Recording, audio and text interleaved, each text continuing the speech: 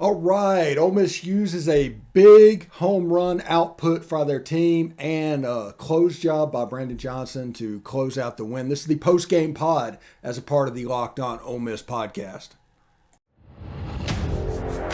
You are Locked On Ole Miss, your daily podcast on the Ole Miss Rebels, part of the Locked On Podcast Network, your team every day.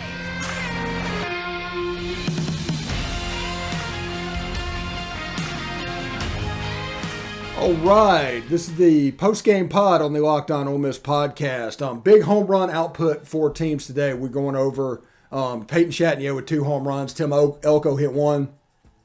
Jacob Gonzalez hit 1. But really the early star of the game was TJ McCants, who robbed a home run from UCF that ended up being the decisive play of the game. Because if that goes over, bad things happen. And he had a 3-run shot when Ole Miss was doing nothing offensively, really woke the team up, and that led to just them starting to put a couple runs together. It was 3, 3, and 2 for the 8 runs. There was a 3-inning span. TJ McCants had the 3-run home run that really gave Ole Miss the lead. They surrendered the lead immediately. It ended up going from 3-2 to like 6-3. And Ole Miss followed that up by going back-to-back home runs. That's Peyton Chatagnier, Jacob Gonzalez, and Tim Elko. And that made it 6-0. And that was followed up by Peyton Chatagnier doing a second home run for the game that put the game at 8-6. And offensively, that was enough for Ole Miss to win and move forward for what they were doing. It was an impressive game. It was a game that the offense kind of won. Derek Diamond he looked all right kind of for 4 innings. They hit him hard when they hit him. There was a lot of loud outs that were happening, but he was able to calm down and settle and get outs as it went on. He probably, in hindsight, was left in about an inning too long. Riley Maddox came in, went in for about an inning and a third, was able to get the 4 outs with no hits. He did walk 1, and then he switched it over to Brandon Johnson. Now, what I don't understand, this is the one thing that I do not understand about baseball, and especially Mike Bianco, is why use a waste pitch in an 0-2 account with a pitcher that has walked 3 people that inning. And that waste pitch ended up backfiring. He ended up walking it in and walking in a run, and it was 8-7 at that point. After that, though, Brandon Johnson kind of locked in, finished the game with 3 straight strikeouts. His changeup in that last inning was kind of impressive, honestly. It was kind of nasty. It had some run to it. And it was interesting to see how Central Florida reacted to it because they were going up to the plate expecting 95. That was quite obvious. So whenever this effective changeup came into the rotation, they were completely caught off guard. So that was something really kind of interesting, worth seeing.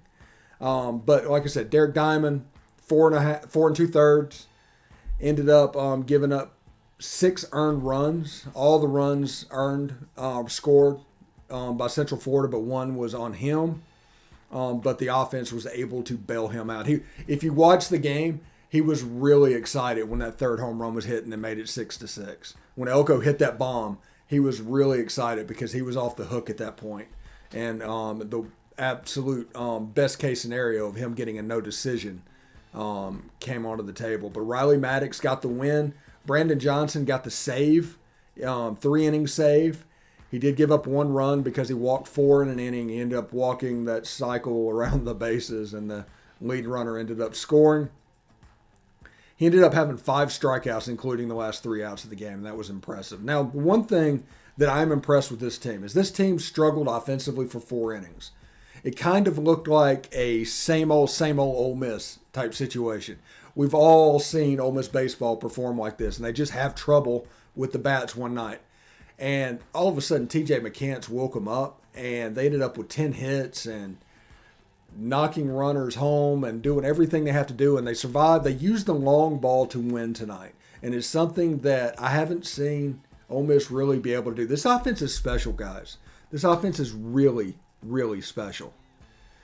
Football might be over for the season, but basketball is in full steam for both pro and college hoops. From the latest odds, totals, and player performance props to where the next fired coach is going to land, BetOnline.net is the number one spot for all of your sports betting needs. BetOnline remains the best spot for all of your sports scores, podcasts, and news this season. And it's not just basketball. BetOnline.net is your source for hockey, boxing, and UFC odds as well. Head to the website today or use your mobile device to learn more about the trends and action. BetOnline, where the game starts. Also, this is about the time of year when I've pretty much given up on all my New Year's resolutions, but not this year. This year I'm going to stick to my resolution to eat right, thanks to Built Bar. It almost feels like it's not really a resolution because I actually enjoy eating them. All Built Bars are covered in 100% real chocolate. Yes, puffs included. 100% real chocolate. They are low calorie, high protein, so replace your candy bars with these. They're better. A typical candy bar can be anywhere from 200 to 300 calories. Go to Built.com and scroll down to the macros chart. You'll be blown away. High protein, low cal, high fiber, and low carb. Compare that to a candy bar, which usually has about 240 calories, 30 grams of sugar, and a dozen net carbs. So at Built Bar, they're all about the taste. They make it taste delicious first, then figure out how to make it healthy. I don't know how they do it, but they pull it off every single time. So here's the offer. Go to Built.com. Use promo code LOCKED15 and get 15% off your order. Use promo code LOCKED15 for 15% off at Built.com. Also, thanks for making the Locked On Ole Miss podcast your first listen every day. We are free and available on all platforms, including YouTube. So do me a favor and hit the subscribe button. Hit the bell to be notified of new videos when they go up. And, of course, upvote the video itself. I would appreciate it. So Ole Miss gets a 8-7 win over Central Florida.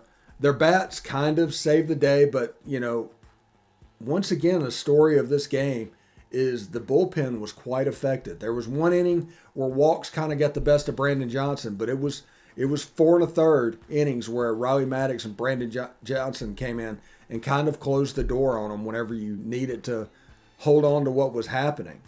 Riley